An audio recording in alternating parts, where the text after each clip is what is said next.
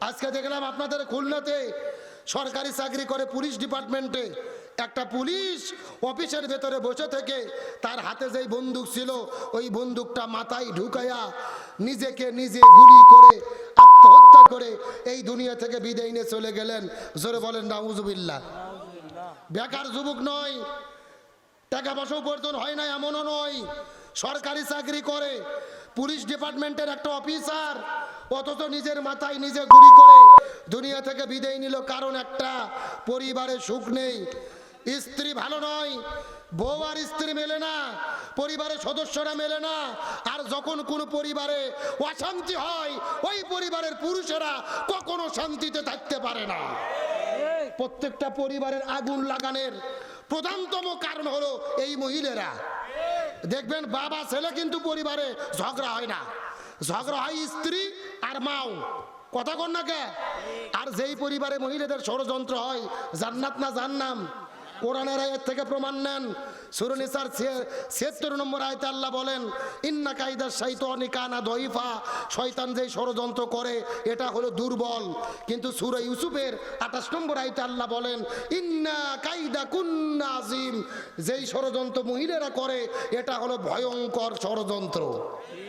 শয়তান ষড়যন্ত্র করলে বাঁচার বুদ্ধি আছে, কিন্তু যদি কোনো মহিলা আপনার বিরুদ্ধে ষড়যন্ত্র করে বাঁচার কোনো উপায় নাই।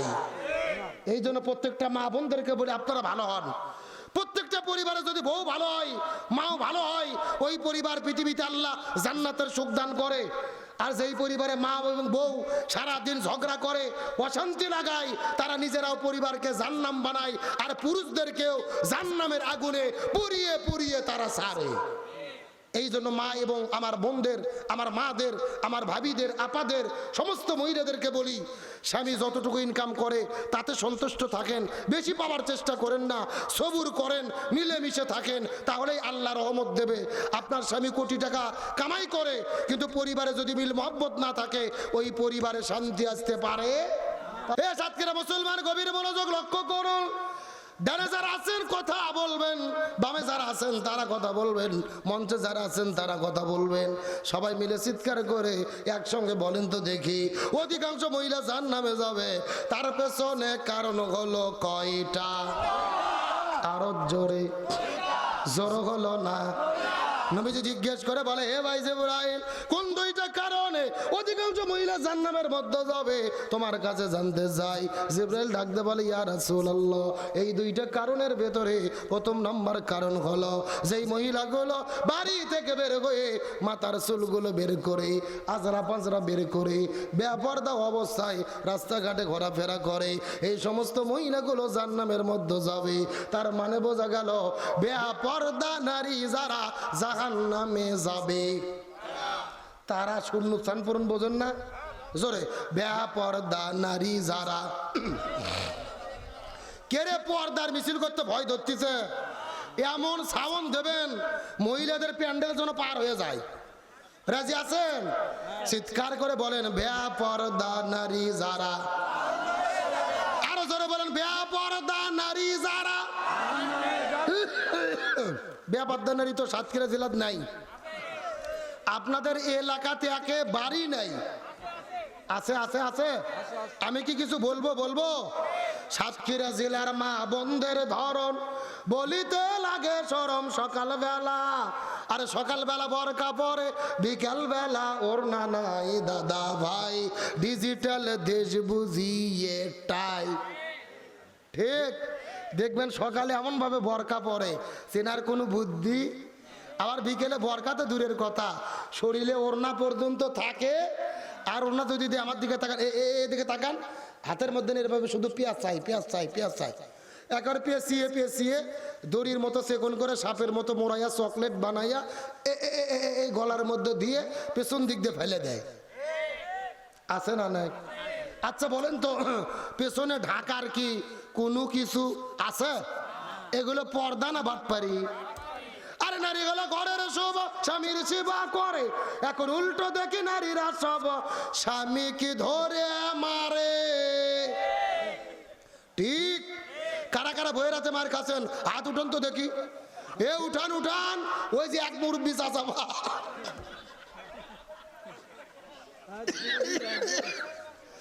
এ শোনেন, হাসেন না, এক চাচা না, অধিকাংশ স্বামী দিনে কিংবা রাতে বইয়ের কাছে মার খাইয়ে বসে আছে, কিন্তু লজ্জাতে বলে না।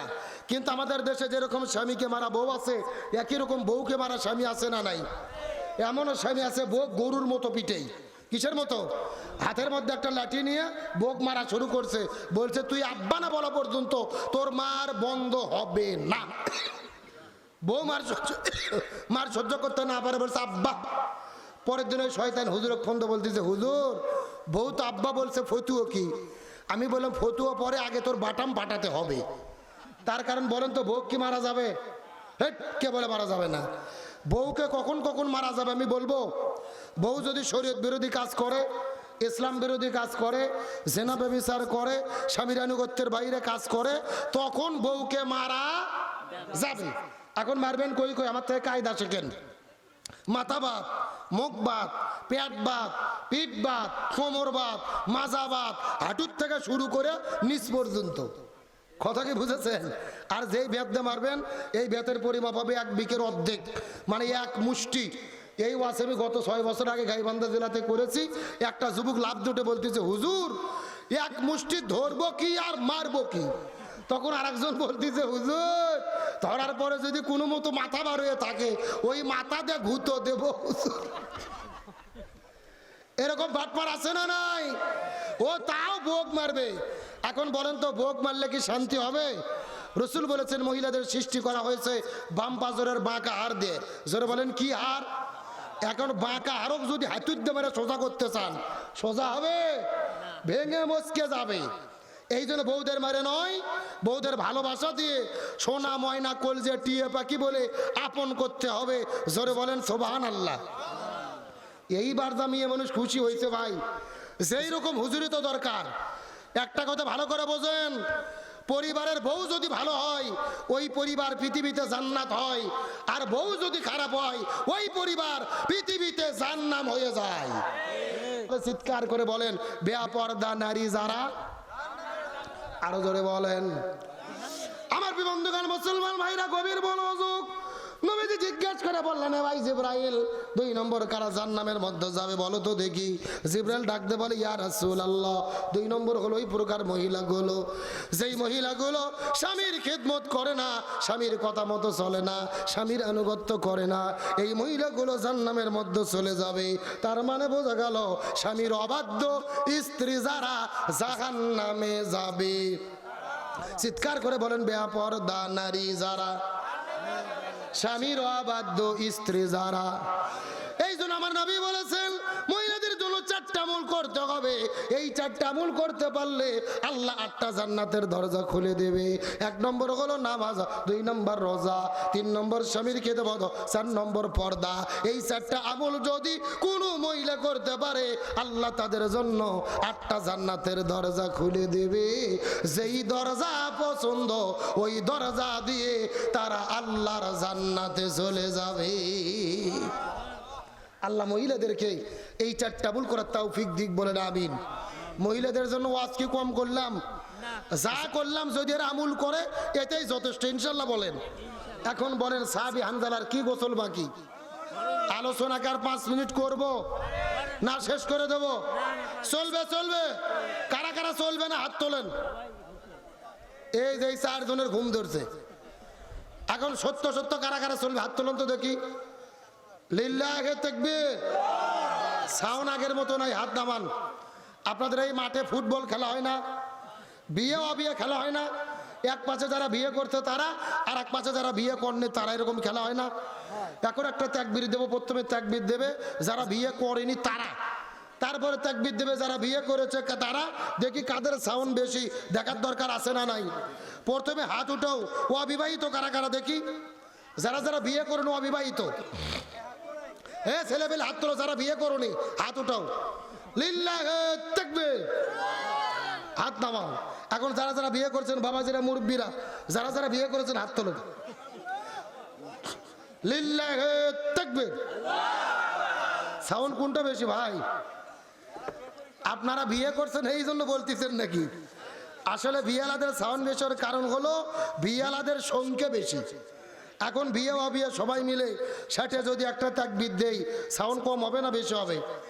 সবাই মিলে এমন একটা তাকবীর দেবো আশেপাশে কোনো সার পোকা তেলা পোকা উই পোকা ইসলাম বিদ্বেষী শক্তি যদি থাকে ওদের অন্তর যেন কাঁপনি সৃষ্টি হয়। রাজি আছেন?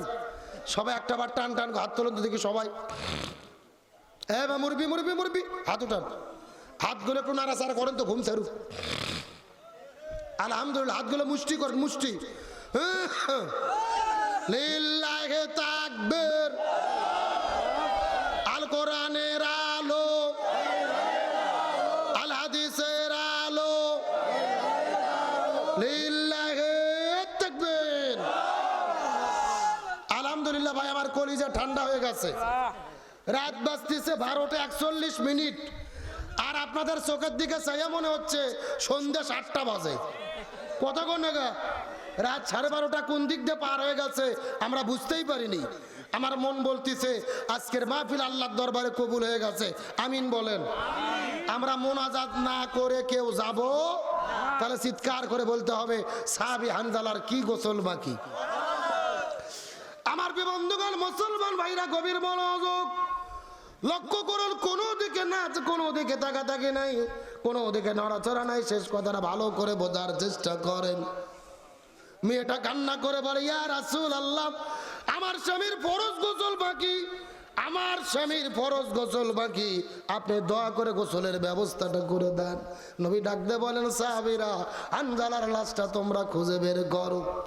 কিন্তু সাহাবীরা চতুর্দিকে খোঁজাখুঁজি করেছে, কিন্তু হানজালার লাশটা যখন খুঁজে পাওয়া যায় না, সাহাবীর আসার পরে বলে, ইয়া রাসূলুল্লাহ, আমরা দীর্ঘক্ষণ ধরে খোঁজাখুঁজি করলাম কিন্তু হানজালার লাশটা খুঁজে পাওয়া গেল না। নবী বড় টেনশনের মধ্যে পড়ে গেলেন, ওদের প্রান্তরে সিজদার মধ্যে চলে গেলেন, কান্না করে করে আল্লাহর কাছে দোয়া করে বলেন, আল্লাহ হানজালার লাশের সন্ধানটা আপনি দয়া করে দিয়ে দেন। নবী লক্ষ্য করে দেখে আকাশের মধ্য থেকে ঝিরঝির ঝিরঝির ঝিরঝির করে বৃষ্টি পড়ে। নবীর টেনশনটা আরো বেড়ে গেল। আকাশের মধ্যে মেঘ নেই, কোথায় থেকে বৃষ্টি পড়ে। নবী আবার সিজদায় চলে গেলেন, কান্না করে করে করে করে দোয়া করা শুরু করে দিলেন। কান্না করে করে যখন দোয়া করা শুরু করলেন, কিছুক্ষণ পরে আল্লাহর পক্ষ থেকে জিবরাইল আসার পরে বলে, ইয়া রাসূলুল্লাহ, আপনি হানজালার জন্য কান্না করবেন না, হানজালার জন্য পেরেশানি করবেন না। হানজালা বাসর ঘরের ভেতরে নতুন বউ রেখে দিন কায়েমের আন্দোলন করে রাজপথে নেমে জীবন দিয়ে শাহাদাত বরণ করলো। ফরজ গোসল বাকি ছিল, 3 ওয়াক্ত ফরজ নামাজ কাজা করেছে, কিন্তু হানজালার ওপরে আল্লাহ তাআলা এই দিন কায়েমের আন্দোলন করার কারণে, জালেমের জুলুমের মোকাবেলা করার কারণে, এই জমিনে সে শাহাদাত বরণ করার কারণে আল্লাহ হানজালার উপরে এত বেশি রাজি খুশি হয়ে গেছে রে। আল্লাহ হানজালার লাশটাকে আসমানের মধ্যে উঠায়া জান্নাতে ফেরেশতাদেরকে দিয়ে হাউজে কাউসার জমজমের পানি দিয়ে আল্লাহ আসমানের ফেরেশতা দিয়ে এই হানজালার গোসলের ব্যবস্থাটা করে দিয়েছে। লীল